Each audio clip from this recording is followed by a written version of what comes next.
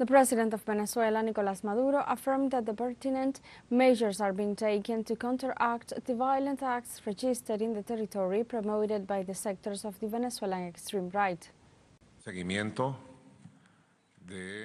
We have been following up on all the acts of violence promoted by the extremist right wing.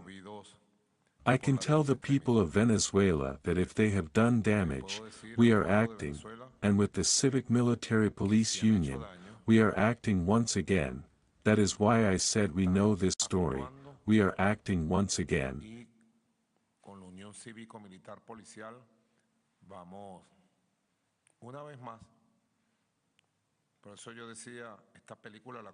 Because we know this modus operandi that has been used for the coup d'état of April 2002, for the first Warimba in February 27, 2004. For the violent actions called by Capriles one day after the presidential elections of April 14 and all those subsequent weeks. Las acciones de violencia convocadas por Capriles un día después de las elecciones presidenciales del 14 de abril. For the Warimba of 2014, which were called the exit, for the Warimbas of 2017. I have said it throughout this pilgrimage in more than 30 cities. They are hate, revenge, violence. During his special television address to the Venezuelan people, President Maduro went into details about the destabilization plans of an extremist sector of the opposition to disrupt the electoral process. I am obliged, as head of state, as leader, to speak to the people with the truth. We knew what the plan was for before, during, and after July 28. They did everything possible for a violent scenario of sabotage against public services, against people's electricity, against everything so that the elections would be suspended.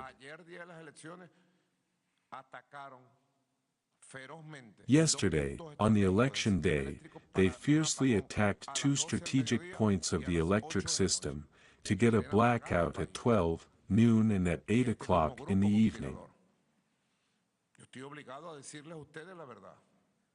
I am obliged to tell you the truth, I am obliged, and we are all obliged to listen to the truth, to be patient, calm and strong, because we have seen already this film and we know how to face these situations and how to defeat the violent groups. Earlier in the day, after the National Electoral Council of Venezuela proclaimed and confirmed the re-election of Nicolás Maduro as president of the South American nation, the head of state denounced that the far right is trying to impose a coup d'état. After Sunday's victory, President Maduro arrived at the headquarters of the National Electoral Council to be proclaimed constitutional president for the period 2025-2031. During his speech, the re-elected president of Venezuela warned that the far right is trying to impose a coup d'état in Venezuela and reiterated his calls to respect the constitution and not to allow hatred, fascism, lies or manipulation to be imposed in the country.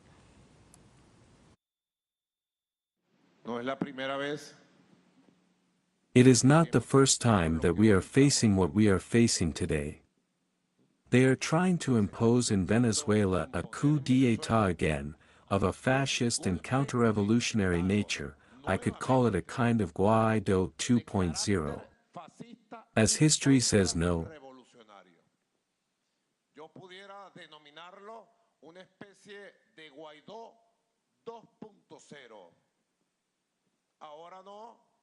That it presents as a tragedy and then as a comedy.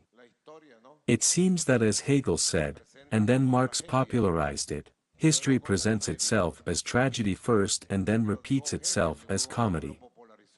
We already lived this, we saw this movie, the same movie with a similar script.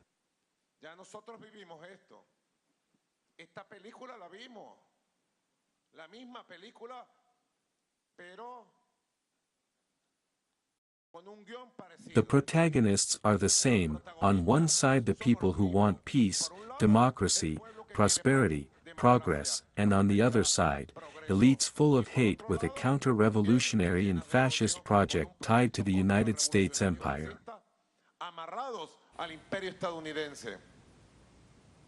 The constitutional president of Venezuela, Nicolás Maduro, received the credential from the electoral power for a new mandate for the 2025-2031 term.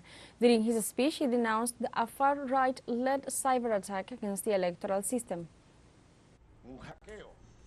A cyber attack is a hacking to the electoral transmission system, hindering the transmission of data to lead to an electoral blackout. They wanted to boost an electoral blackout to hinder the electoral results. In the face of the attacks and claims from the far right backed by international forces, the re-elected president of Venezuela, Nicolás Maduro, reaffirmed the Venezuelan people's determination to freedom and sovereignty. We are determined to be free, and as well as we have defeated you, we are going to defeat you once again. We are going to defend peace, tranquility, democracy, and the life of this Bolivarian revolution of this 21st century. We are going to defend it with constitution, with laws, with civic unity, with the mobilized people permanently. In this context, Elvis Amoroso, president of the Electoral Council, expressed that there were attacks to the electoral system that were overcome by the technical capacity of the electoral personnel.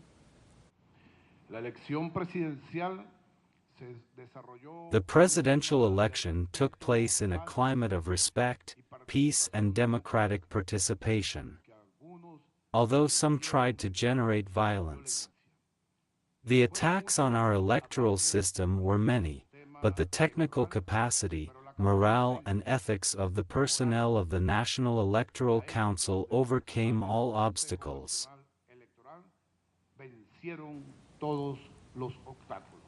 In addition, the president of the National Electoral Council, Elvis Amoroso, extended his gratitude to the national and international observers for their assistance during the entire process of the presidential election. We extend a special recognition and gratitude to all the international and national observer missions that accompany us. On behalf of the National Electoral Council,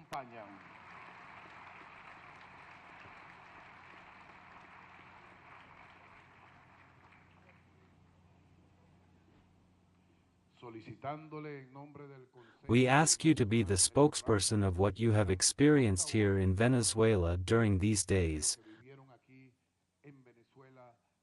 Many of you have been for several days here in the Bolivarian Republic of Venezuela, in our beloved homeland, which is also the homeland of each one of you. In Venezuela, the president of the National Assembly, Jorge Rodríguez, denounced the real violent plans of the extreme right that are in full development. The high official assured that the proposals of extremists always drives into violence, while detailing that participating in the presidential elections was an excuse to develop their terrorist plans. He also insisted that the proposal of the right wing is to spread hate and generate violence to attempt against the peace and calm of the Venezuelan people.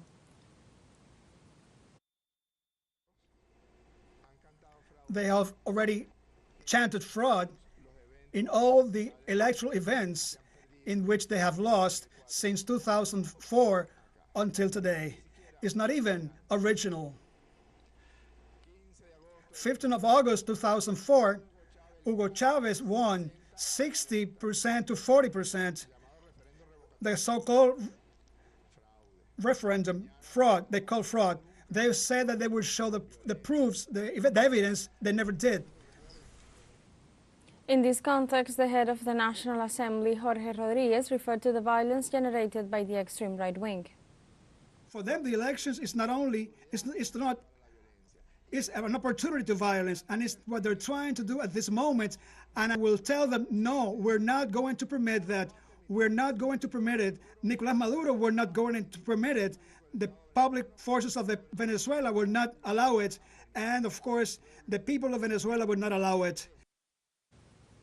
Also, he calls to celebrate the victory of Nicolás Maduro in the presidential elections, as well as to defend peace and the achievements of the Venezuelan people.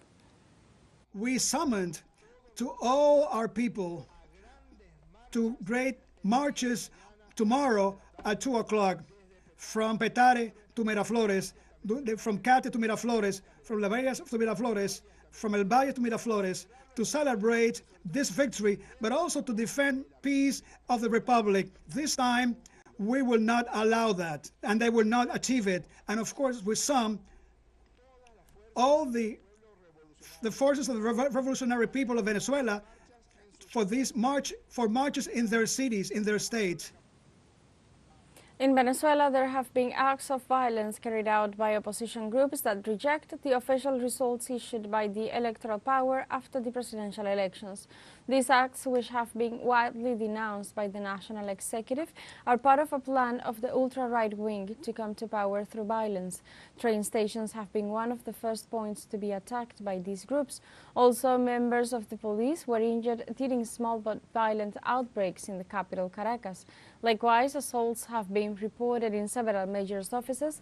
In the images, groups of subjects can be seen leading road blockades as well as attacks to public infrastructure. Far-right sectors beat a man just for appearing to be a Chavista. It is part of the plan of the Venezuelan extreme right sector. These actions are being observed and monitored by the legitimately constituted authorities. The Prime Minister of Antigua and Barbuda, Gaston Brown, congratulated through an official statement President Nicolás Maduro on his election victory. Brown highlighted that the people of the Bolivarian Republic had given him yet another vote of confidence to continue the Chavez Revolution begun in 1998. The Prime Minister of Antigua and Barbuda also stated that the success at yesterday's elections signals a strong message for an engaging democracy, a respect for sovereignty, tolerance and a good political relations, not only in Venezuela but within the Caribbean and Latin America. Also, the government of Dominica congratulates the Venezuelan President Nicolás Maduro on his election victory. In a statement, the government of Dominica extended its warmest congratulations to Venezuela's President Nicolás Maduro on his success in general elections held on Sunday. This victory reflects the confidence of the Venezuelan people in President Maduro's leadership and vision for the nation's future. We count the efforts of all involved in ensuring a peaceful electoral process. Dominica reaffirms its commitment to strengthening the bonds of friendship and cooperation between our nations and offers its support to Venezuela in its pursuit of peace, stability and prosperity. We convey our best wishes to the government and people of Venezuela for a successful and prosperous term ahead.